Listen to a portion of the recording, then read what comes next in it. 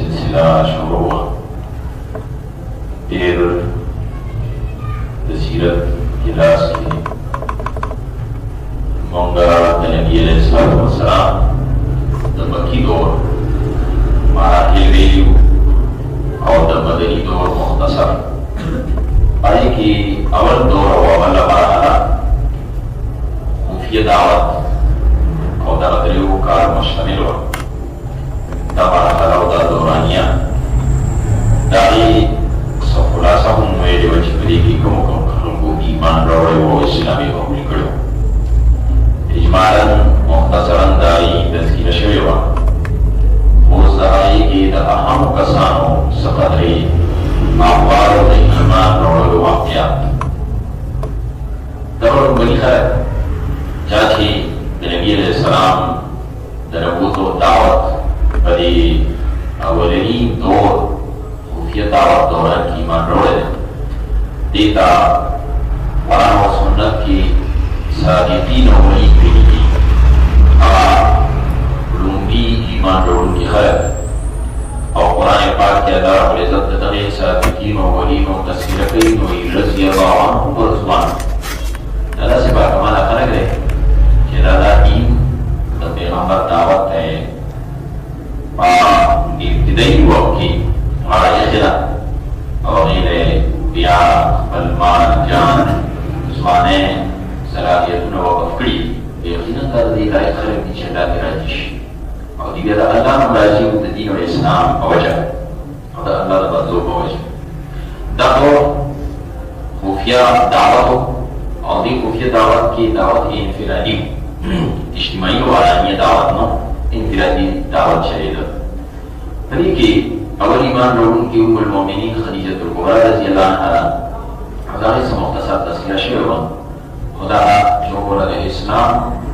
बांदे ईमान रोड़ों की और पैगंबर माने रोड़ों की अवल सनाना दरजानो अहमियत और मकाम बल्कि नबी अलैहिस्सलातु वस्सलाम दीनों दा हक पैगंबर दी कबलों की खलक इब्तिदा की भी कमजोरी खलक और दारन सनाना सिंगल उम्मुल मोमिनीन खदीजतुल कुबरा सनाना व ईमान रोड़े और के इस्लाम के और शहीद हो उन जनाना तो मूसा अलैहिस्सलाम तो इन चिकरा अब दावत पेश कर नो द फिरौन ये वा वीज़रा चिदार दलुनो खिदमत पे को सब और कुमंतो आई वीज़ ईमान रोड़े और आरा वीज़रिया दे जायम शहीद करें को बताओ जनाना और तारीख दे आका उम्मुल मोमिनीन और ईमान रोड़ों की बल अबू बकर सिद्दीक़ रज़ियल्लाहु ताला अन्हु वे मकाम है जब नबी अलैहिस्सलातु वस्सलाम द नबूवत और बासत नमा के मियार और दोस्त थे और नबी अलैहिस्सलातु वस्सलाम की उम्र के तकरीबन 2 कारकशफ तकरीबन बस कमजोर ईसाई और और इज्जत तरह दासी बेहतरीन अखलाक मुसीबत और दम मकवेलू सीरत यो किलास और बयान दौरान की कि नबी अलैहिस्सलातु वस्सलाम द नबूवत नमक के ताल्लुकात द क़ौल वसलम लगाई कि अबू बकर सिद्दीक़ ने अखलाक को खुना जाहिलियत ज़माने के इस्लाम नमक के दखल को सर एहसान को खिबड़ा को नसीबत करी तो नबी अलैहिस्सलाम दे करीबियो जिगरी आ है बस नबी अलैहिस्सलातु वस्सलाम या सफर और हज़र की मरगतिया नबी अलैहिस्सलाम यकीनन जिना से करीबी दोस्त हुआ दावत खान और प्रिय वाला मदावत पर कुल सलात संतसी ईमान रोड़े और नबी अलैहिस्सलाम तस्दीक करो ते वजह तस्दीक को मिली की चावल तस्दीक को क्यों और नबी अलैहिस्सलाम तबारक फरमाई शिमा अरस्तु तूली अला अहद इल्ला कान लहु क़ुदवा इल्ला मिन अबी बकर मां चाहता दावत पेश करे देनो आवाज बढ़के आकाश शक तरदुद करे दे सिवा अबू बकर सिद्दीक़ जिमा वीरी बस आमन नबा ईमान तो तस्दीक नबी अलैहिस्सलातु वस्सलाम अवल ज़कर नबी अलैहिस्सलाम दावत पर कि अल्लाह सुब्हानहू वही शहीद और पैगंबर नबी अलैहिस्सलाम का अबू बकर सिद्दीक़ पे अंत रसूलुल्लाह हक़ा बस कृष्ण पैगंबर ना तो हम वेरी नहीं ना तो खबर नहीं कृष्ण है और इस्लाम तरा दा में शख्सियत है अबू बकर सिद्दीक़ रज़ियल्लाहु ताला दा शख्सियत कुरान और सुन्नत पे गवाह है सहाबियत तो कुरान पाक में साबित थी कुरान पाक की आधार और इज्जत نبی علیہ السلام د هجرت تذکره چې کله کوي او غار ثور کې نبی علیہ السلام ابوبکر صدیق چې پناه غوښتې ده او بیا تفتیشیان تفتیش پسې راغلي مشرکین واقع وروسته راشي هغه دوران کې ابوبکر صدیق رضی الله تعالی عنه نبی علیہ السلام سره دی نو قرآن پاک د هغې تذکره کوي نو د صحابي دا نوم ورته قرآن ورکړی دی اذ قال لصاحبه لا تحزن ان الله معنا صاحبي صاحب صحابي دی وجنا علماء وایي هغې آیات بیان دی چې څوک د ابوبکر صدیق د صحابیت نه منکر او کافر دی ځکه د قرآن د نص نه منکر دا شان د ابوبکر صدیق رضی الله عنه او دا بیا زموږ د اهلسنت والجماعت د مسلمانانو اتفاقي عقیده ده چې د نبي علیه السلام وسلام هغه امت کې لوی مقام مرتبه وه ابوبکر صدیق رضی الله عنه او شان مقام دا دی بس د دې یو واقعه باندې اکتفا کوو چې ورځ ابوبکر صدیق عمر رضی الله عنه خبرې اترې کولې په دې خبرو اترو کې چاته بحث کله سړی خبرې کوي کنه خبرو کې بحث راشي نو په دې بحث کې ابوبکر صدیق او عمر رضی الله عنه ته داسې لږه سخته خبره وکړه کله سړي پرې نه سخته وځي کنه تیزه ابوبکر صدیق رضی الله عنه بااخلاقه انسان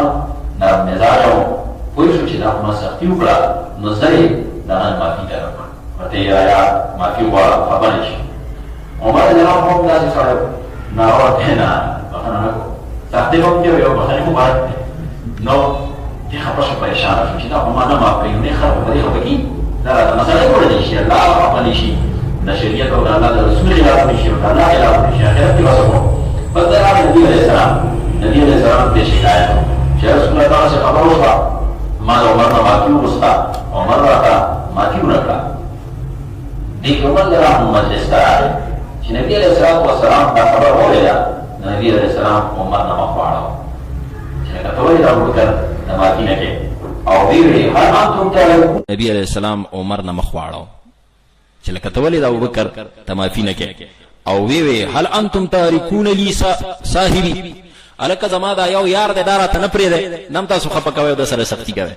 نبي علیه السلام دا وویل نو بهرحال مطلب د نبی علیه السلام دا چې تاسو د سره د احسان والا معامله وکړئ نو عمر رضی الله تعالی عنہ ته چې نبی علیه السلام دا سختې خبرې وکړې نو ابوبکر صدیق پوه شو نو نبی علیه السلام ته وایي چې یا رسول الله لا انا كنت ازلم زیاتې ما کړې ده خیر هغه ته څه مه وایه ما نه سختي شوې نو بیا عمر رضی الله تعالی عنہ معاف کا بهرحال د دینه بعد وی بیا خلک وی چې نبی علیہ السلام په دغه پکېږي نو چرته بیا د سره چا د سختۍ معامله نه ده کړې ابوبکر صدیق سره بلکې د ټول امت مشر وکړ ټول قابل احترام بهرحال دته داسې ډېر ناشنا صفات او خویونه دي ډېر باکماله چې د نبوت نه بعد درجه د صدیقیت ته نو دا نه لوی مقام یو ورځ نبی علیہ الصلوۃ والسلام او فرمایل چې 360 اخلاق او صفات دي چې په دې کې یو خصلت او خویم بچا کی وي نو الله رب العزت با د جنت ته بوزي ابوبکر صدیق رضی الله عنه لوی سړیو صحابه ټول لوی خلک وایي خو به داسې خبرو پسې ګرځېدل چې الله راضي شي او جنت میلو شي نو د یکدم نبی علیہ السلام نه تاسو یا رسول الله دې 360 خویونو صفاتونو کې چې پاره باندې سړی جنت ته ځي ما کې سوچ ته سورا کې نشي مطلب دا چې کوم راکینی چې اغزان کې راوړم نبی علیہ الصلوۃ والسلام هغه ته وې چې قد جمع الله لك ذلك جمعا الله تعالی ټول جمع کړی ادریس او شپېته صفاتونه تاکي ټول شته دونه با کمال انسان برحال دا ابوبکر صدیق رضی الله عنه پاغاولنو اسلام وروړون کې بلکې پسړو کې اولنې سړی اسلام وروړي ځکه نور خو د کور خلک دی کنه خدیجه الکبرى دا علی رضی الله تعالی عنہ دی او زید بن حارثه چې د نبی علیہ السلام غلام متبنا دی دا خو د کور خلک خو د کور نه چې خبره بار شوی نو بارون دغه سړی د ایمان وروړي ابوبکر صدیق لوی سړی دی نو د ایمان وروړلو سره بیا پارام ناس نه دی به کار تا کار ویلې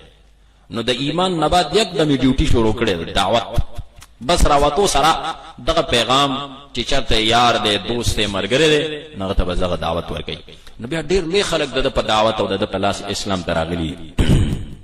ځکه دا ابوبکر صدیق رضی الله عنه خو اخلاق والو تاجر او خلکو سره تعلق او د خلکو په اعتماد نو بس دا خبره کوله او خلکو به اعتماد کو منله دا رنگ بدی کې بل اولنو خلکو کې خدیجه الکبرى مو دویم سیدنا ابوبکر صدیق رضی الله عنه بل سیدنا علی رضی الله عنه ده د نبی علیہ السلام زیر تربیت او د پلار نه اغستو. د دې متعلق ما مخکې ویلو چې پلار عاجز دی، کمزور دی، نو هغه زامن تقسیم کړي خپلو کې رونو. نو د نبی علیہ السلام والد خو وفاتو، نو د هغه غیسم نبی علیہ السلام ته ورکړی چې زه د علي به ته تربیت کړو، د کفالت بکې. نو د کور کې لوی شوی د نبی علیہ السلام اخلاق عادات لیدلي. نو هغه یقینا د نبی علیہ السلام نه متاثر ونو چې کله دته ویلو شنو دم اسلام راوړل. علي رضی الله عنه کشرانو کې ماشومانو کې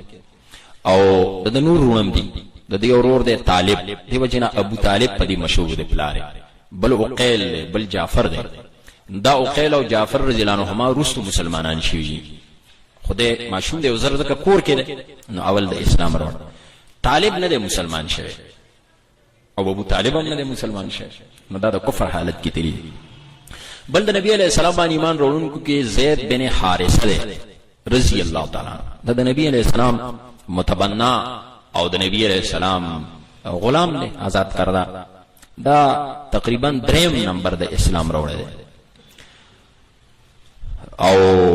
دا تقریبا هغه څلور ولني کسان شوخه چې د اسلام راوړل: خدیجه الکبرى، سیدنا ابوبکر صدیق، سیدنا علی او سیدنا زید بن حارثه. څلور لومبني اولني خلق. بیا د زید بن حارثه بارکه تاریخي واقعه یاد ده چې د څنګه غلام شوی دلته راغلی. دا موږ مخکې ویلو چې د عربو سره خخوینو سه بدو، نو بد صفاتو کې دو چې آزاد سړی وي، غلامو ډاکا غلا پکې و. د اصل کې د مور سره را روان دي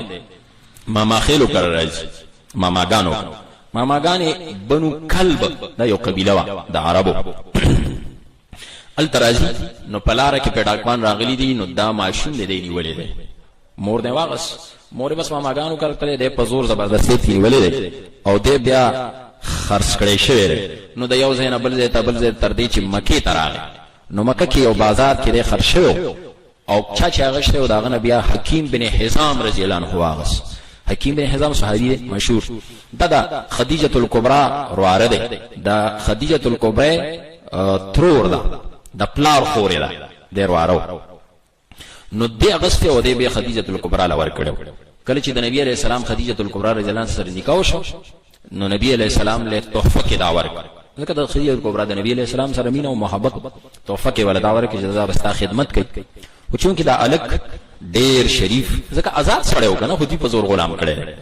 د نبی علیہ السلام سره مینه ونه، د نبی علیہ السلام سره مینه ونه. نبی علیہ السلام بیا آزاد کړي دي روستو او زوی وته ویلې. خو واقع به دا وا چې د ماشوم ودلتا دا د نبی علیہ السلام د نبوت نمخ کې واقعا ده، لا پیغمبر شوی نه ده، خو نکاح شوی و د خدیجه الکبرى سره. د پس د مور پلار خاندان ګرځیده چې زمونږ د الکس واقع خو به مور ویلي چې دغه زور را سره شو الک ایران او تخته دي غریبانان ګرځیدل په دې کې وخت تیر شوی دی.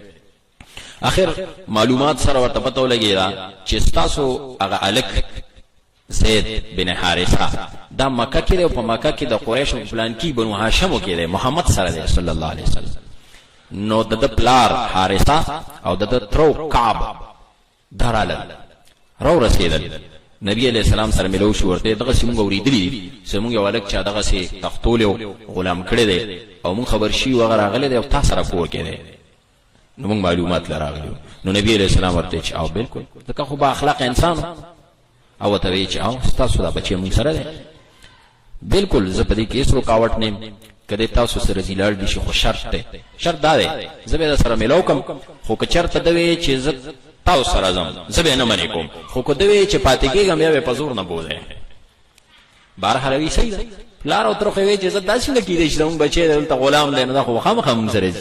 هغه نبی علیہ السلام داسې مینه نه ور کړې نو راوس چې داسې مخامخ کړ ورته دا پیژنې. نو زید رضی الله عنه کشر الک دی ورته یا او دا مې پلار دی دا بل متر دی ورته دي تاسو راغلی وستا خوخه دې سره ځکه پاتې کېږي او ورته وینا زمزم زبدلته زکه تاسو کور دا په ما د الله مهرباني دا خو په قسمت ماته ملو شوی دا چې کور زدلته دا کور نم زیات خوشاله او پلار او تر حیران شو چې دا څنګه چلل د باندې اخر کړی سي. خو بهر حال ایو تسلی وشو او نبی علیہ السلام سردا شرط هم ویلو تسلی وشو ای بس زه معلوم کو خبره واغس بس واپس لاړ چې صحیح ده سالک خوشاله دی او په زید نو دی واپس چې نبی علیہ السلام دغه فیصله وکړه. نو نبی علیہ السلام یقینا مینه وسر نور زیاتش نو نبی علیہ السلام دغه وخت کې آزاد ک او ته عزت زما زویش متبنی او بیا رسول نبی علیہ السلام دل خپل د پلار وینځه ایمن تذکرہ مخکې شوی نبی علیہ السلام د چې میراث کې پاتې هغه ایمن رضی الله عنها دل په نکاح ورکړ او بیا د اغینا اسامه ابن زید پیدا شوی خدا دواړه پلار او زوی نبی علیہ السلام ته ډیر محبوب جهاد لوي کله کله امیر مقررو نو کله به زید مقرر کو کله به اسامه مقرر کو رضی الله عنه حالانکه ظاهر کې خو غلام او د غلام زامن زوی دی کنه او د دې په امارت کې با ابوبکر صدیق عمر فاروق عثمان ذوالنورین او علی مرتضی ریت امیر به زید او یا اسامه او اسامه د 17 سال له کوشپاړ سول سوکات دام دنیا ته پیغمبر خو د چې په اسلام کې نسب او غټ سړیو ورکوټ سړی نشته غلام راولی لکه قبیله خاندان هم د دې زینه ده راولی وغه اسامه د وینځي زوی د وینځي د غلام زوی پلارم غلام آزاد شوی دی مهم وینځه ده او هغه راولی امیر کوي ولاندې دي د عمر او د ابو بکر او د عثمان او د علی رضی الله عنهم غونته خلق ما تحت کار کوي دا تعلیم نه چې په دین کې دا خبرې نشته چې دا نسب والا دی او چت او غټ دی خو بس چې د دین د کار د پاره در باندې هر څوک پر مقرر شونه بس مقصد دین نه ته دا غدا لاندې کار کوي یو جن حدیث کې راځي نبی علیہ السلام فرمایي اسمی واتیو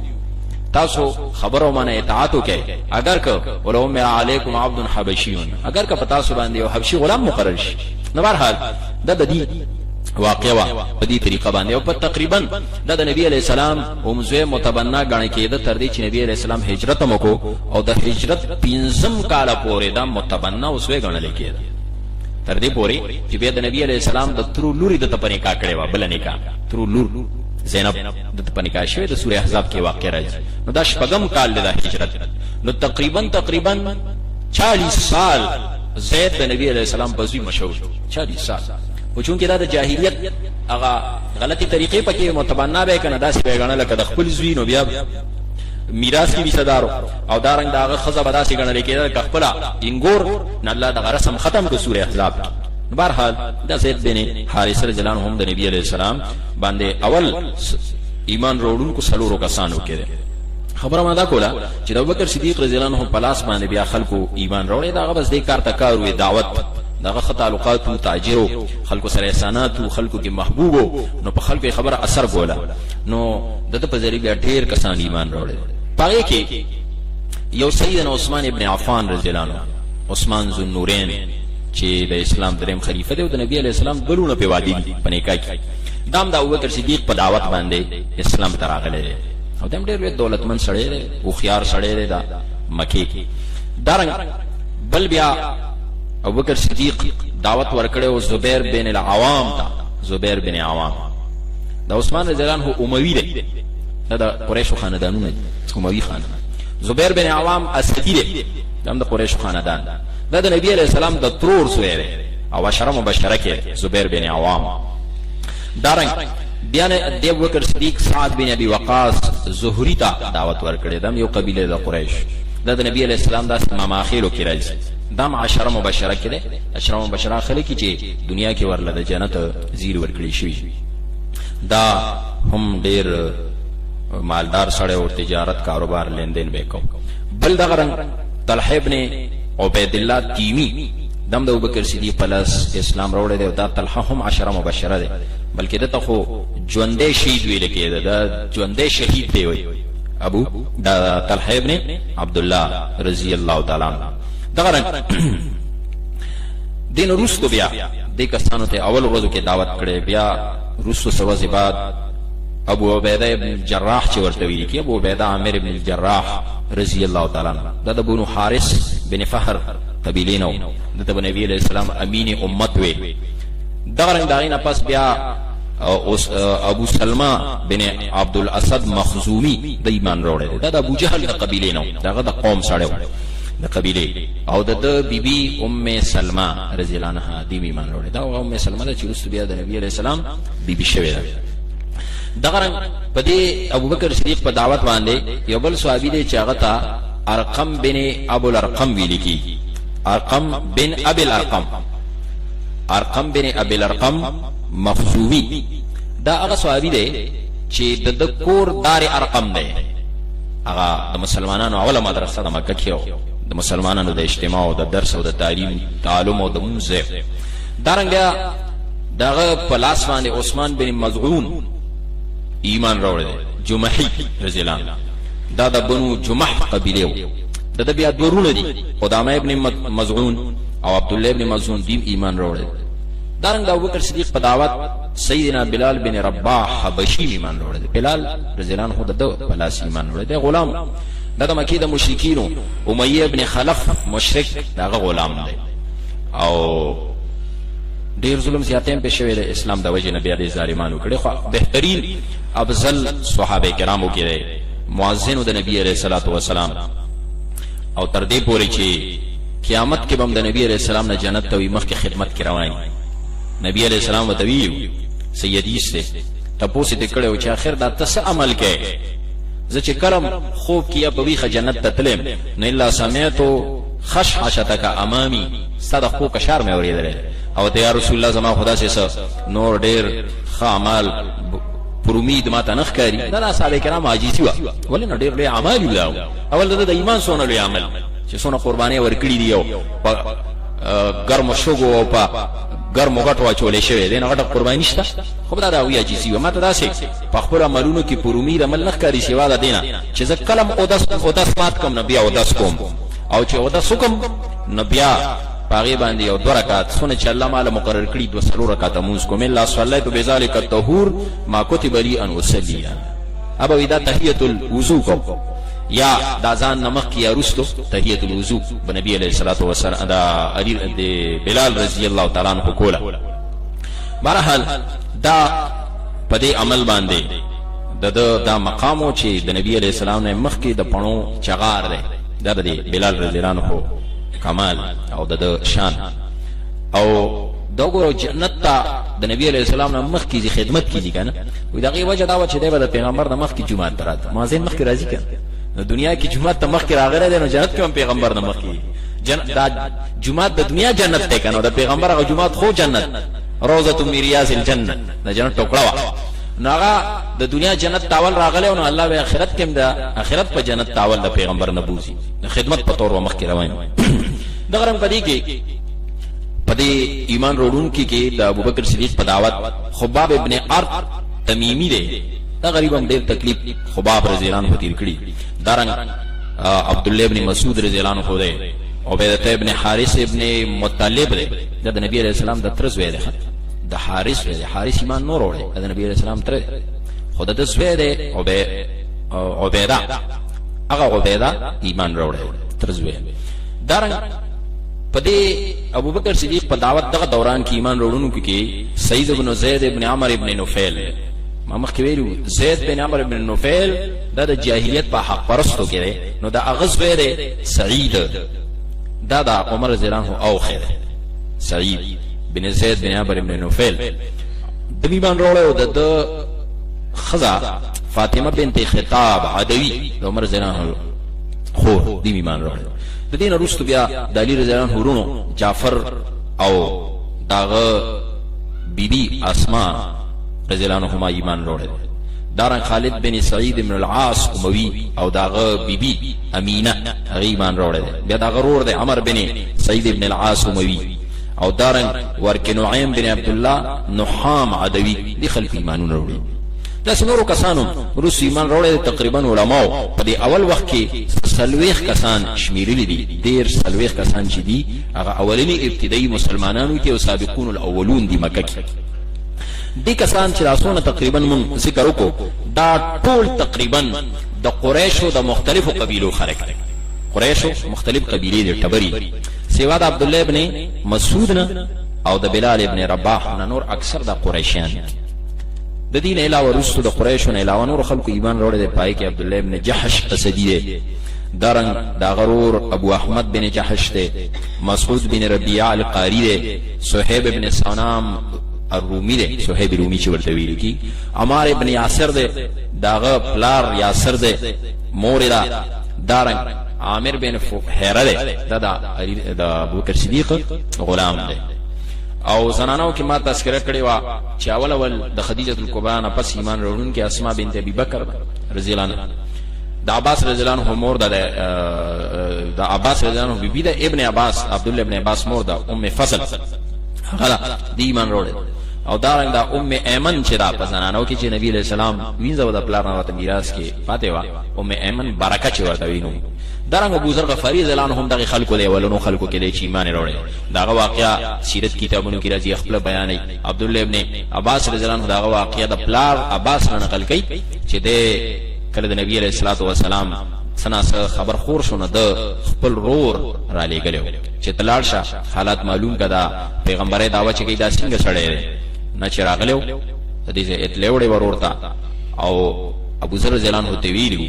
چې دغه سړی دا د خصفات دي خلق وته کاهن شاعر وغیرہ وغیرہ وای خو ما خپل وخت نه کاهن دی نه شاعر دی ځکه دارورم شاعر نه وی چې دی شاعر نه خو دا بیا هم تسلیونه شونه پوره معلومات د پاره دی ما خپل مشکیزه راواغه سوزان سره خوراک تو خمر روانه کړه ورالم د خپل قبیلین غفار قبیلین نو دلته راغلو دلته بیا ملاقات د نبی علیہ السلام سره داسې ګرانو چې ګران خبره و دار ارقم ته بدی راغونډیدل او خبره دغه دور د خفیه دعوت نو د بیا علی رضی الله عنه سره ملو شوی دی علی رضی الله عنه دار ارقم تر رسول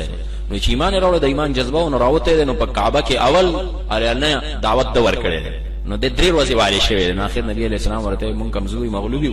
خپل قبیله تلاړ شو چې کله اسلام غریب شي بیا برای شنو بیا مدینه ته راغلی بهرحال داغه ابتدایي کسان دی او دغه مختصر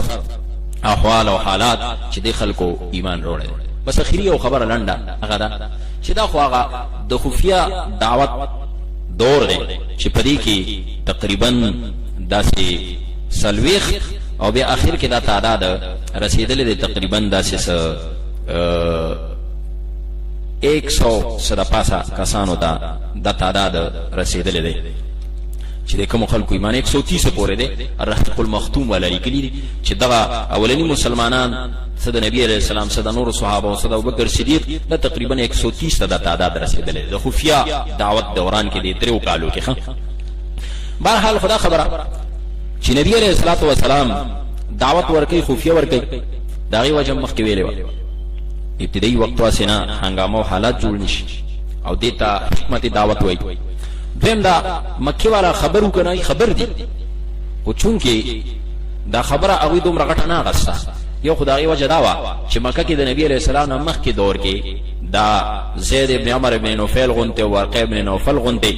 او دارنګ د قص بن سعاده غنته خلق دا سنې کې خبرې کوونکو خلکو ته دا دعوتونه ورکول نو بس دا خیال چې دایمو دای غنته یو نیک شړې نو بدی دې دومره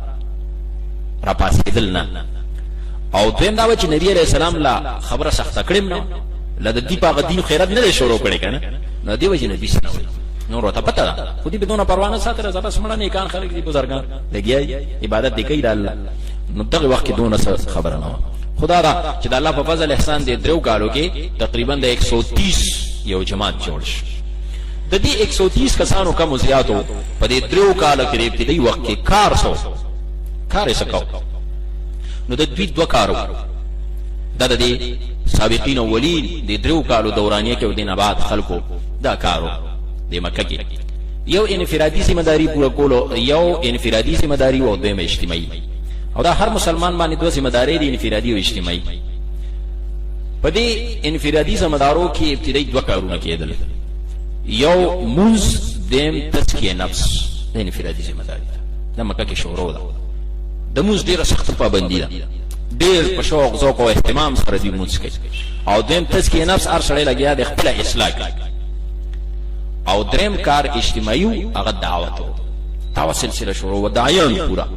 د بنیادی درې کارونه دي دی وجه اشاره دیتا ده چې چرته د ابتدایي د دین کار دعوت شروع شي کنه د دې کارونو د توجه پکای یو د فرد خپل اصلاح او الله سره تعلق د پاره مونږ او دویم دعوت مونږ ابتدا د غروزو کې دوه مونږ فرض یو مونږ سحر او دویم مازیګر او قران کې دغه تذکرہ سوره قاف کې راځي سوره قاف هم د مکی سوره چې وسبح بحمد ربک قبل طلوع الشمس وقبل الغروب وګوره قبل طلوع الشمس سحر قبل الغروب مازیګر دا دوه مونږ نور نفلی عبادت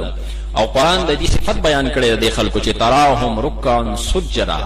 وګوره رکوع سجده ډېر لوی توجه عبادت په دې کې فائدہ دی د ایمان نه بعد چې پر عبادت سره د انسان الله سره تعلق پیدا کی او الله سره چې کله تعلق پیدا شي کنه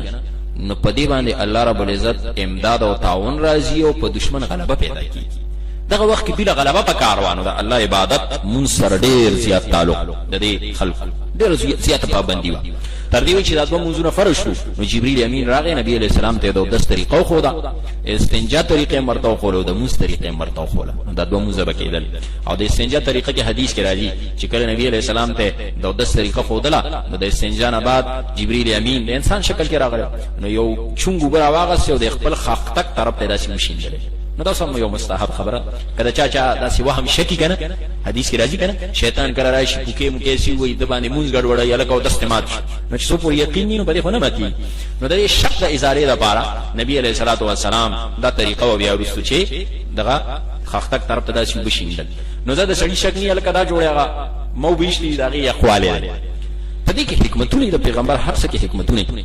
یو خدا وا چې په دې سره د انسان دا شک شوبه لري وهم د شیطان او دین دا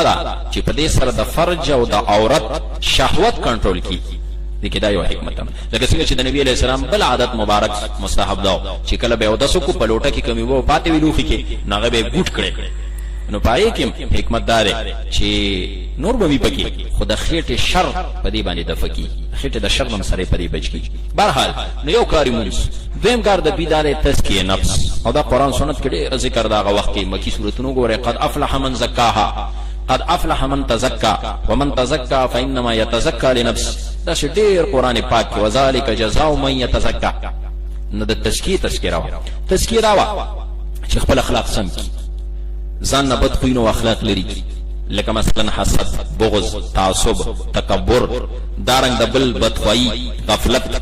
د الله او د رسول سره محبت د صفات ځان کې پیدا کی د تزکیه وي. ځکه د انسان او د نفس مثال د شر پټیو د کندر دی. نو شر پټه چې ته صفانه کی